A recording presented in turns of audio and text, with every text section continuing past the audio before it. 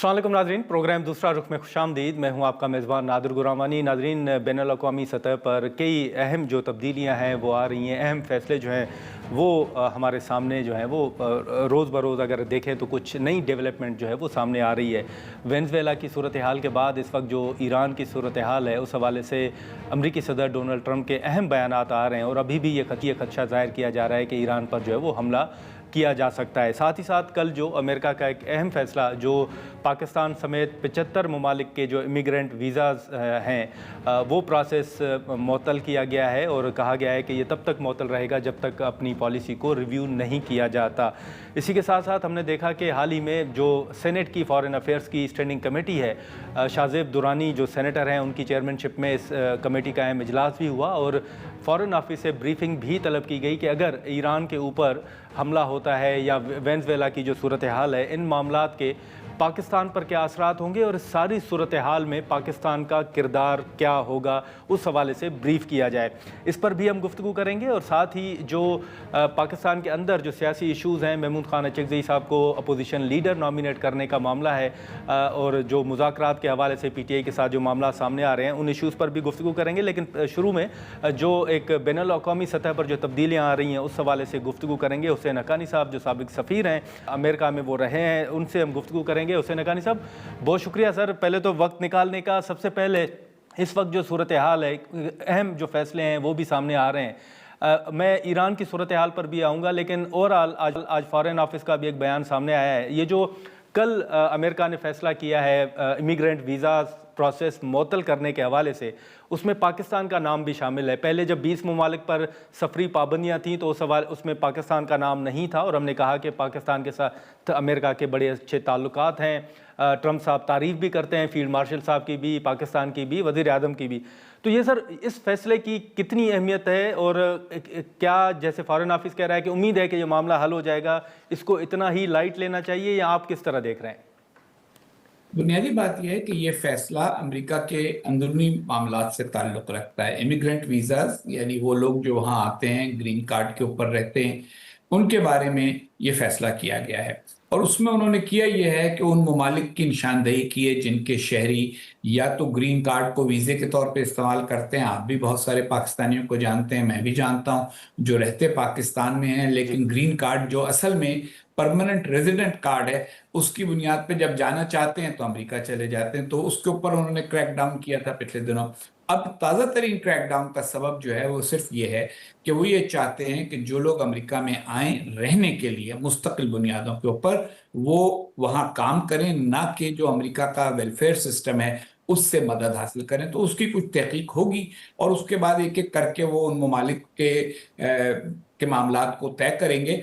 इसका कोई ताल्लुक दो तरफा ताल्लुकात से नहीं है। ऐसा नहीं हो सकता कि हमारे क्योंकि खारजा पॉलिसी के हवाले से ताल्लुकात बेहतर हो गए हैं तो फिर आप हमारे मुल्क के शहरियों को वहाँ आकर वो भी लेने दें, वेलफेयर भी लेने दें जबकि उनका हक ना हो। नेशनलिटी। इसी तरह कल को आप सऊदी अरब से कहेंगे कि जी हमारे लोग अगर वहाँ आके भीख मांगते हैं तो आप उनको गिरफ्तार ना करें। तो ये बात नहीं हो सकती ताल्लुकात की बुनियाद। बिल्कुल, बिल्कुल सही कहा आपने सर। लेकिन साथ ही ये जो वेनेज़ुएला की सूरत हाल थी और अब जो अमेरिका की सूरत हाल है, दोनों मुख्तलिफ सूरत हाल हैं।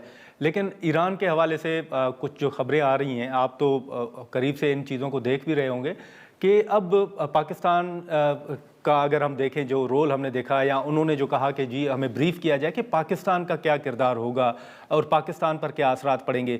आपको भी खदशा है कि अमेरिका हमला करने जा रहा है ईरान के ऊपर और अगर इस तरफ सूरत हाल जाती है तो फिर पाकिस्तान को कहाँ पर आप देख रहे हैं सर? मेरा नहीं ख्याल कि अमेरिका ईरान पर हमला करेगा और ना उसका अमेरिका का ईरान पर हमला करने का इरादा है।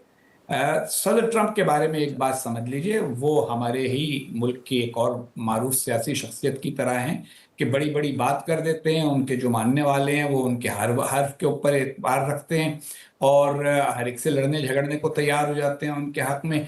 तो इसलिए वो बहुत सी बातें लोगों का दिल खुश करने के लिए कहते हैं और हमेशा उन पर अमल नहीं करते।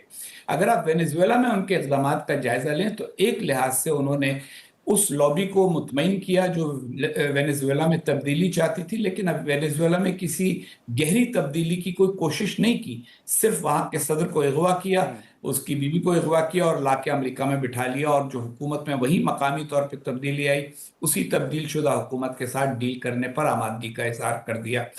ईरान के हवाले से भी लगता यही है कि यही उनकी पॉलिसी होगी। आप देखें, कल ही उन्होंने कहा कि आवाम सड़कों पे रहें, जुलूस निकालते रहें और हमारी तरफ से मदद आने वाली है, और अगर ईरान ने किसी को फांसी पे लगाया तो मैं वहां हमला कर दूंगा। फिर आज ही उन्होंने कह दिया है कि हाँ, मुझे यकीन दहानी हो गई है कि ईरान ने मारना धाड़ना और लोगों को फांसियों पे चढ़ाना बंद कर दिया है। इसका मतलब है कि हमले की जरूरत बाकी नहीं रही। तो जिस शख्सियत से आप डील कर रहे हैं, उस शख्सियत के मिजाज को समझ जी। लें और उनके हर बयान पर परेशान ना हुआ करें।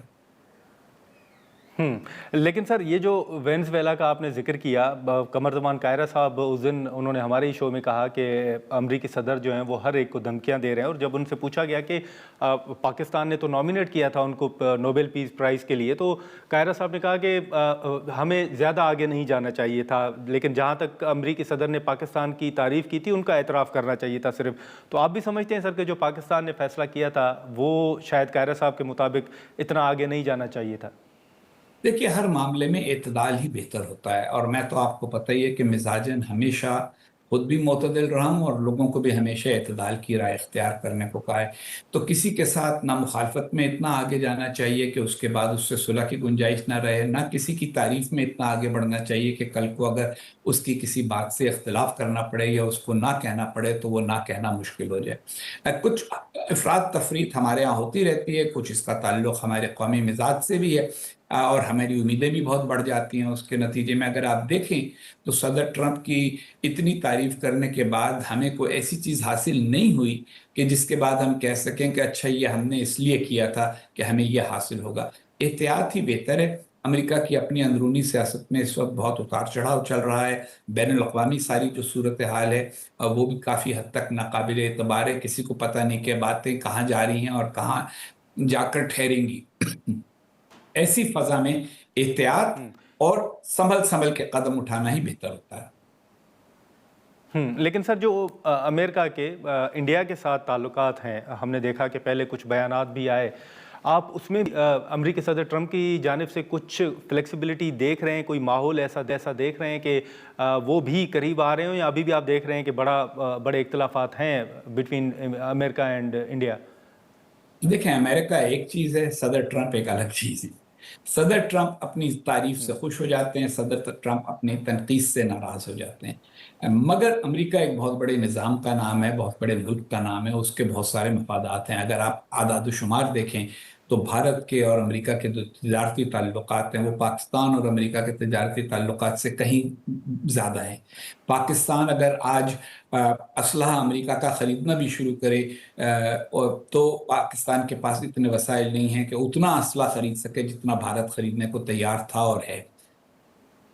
सदर ट्रंप नाराज हुए इस ठीक है। बात से कि हुसैन जब हक्कानी उन्होंने साहब। दावा किया, जी। सुने, जब उन्होंने दावा किया जी। कि मैंने सुलह कराई है भारत और पाकिस्तान की, तो वो चाहते थे दोनों मुल्क के हाँ हाँ हाँ, वाह वाह वाह वाह, माशाल्लाह।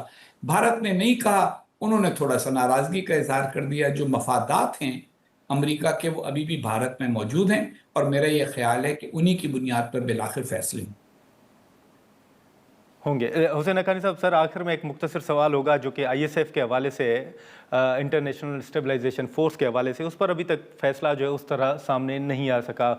कुछ मुतनाज़ा जो बयानात हैं वो भी सामने आ रहे हैं, कुछ इश्यूज़। ओवरऑल सर, आप किस तरह इस मामले को रीड कर रहे हैं? आपका तजर्बा या तज्जिया क्या कहता है कि इस मामले में पाकिस्तान कहाँ पर खड़ा होगा? जो अभी तक फैसले नहीं हुए दीगर ममालिक की तरफ से भी, स्पेसिफिकली पाकिस्तान कहाँ खड़ा होगा?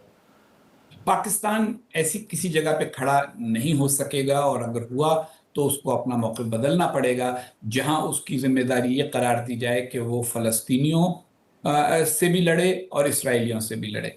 पाकिस्तान एक अक़वाम मुत्तहिदा की पीस कीपिंग फोर्स का हिस्सा ज़रूर बन सकता है, गजा में हालात को मामूल पे लाने की क़ुव्वत का हिस्सा बन सकता है।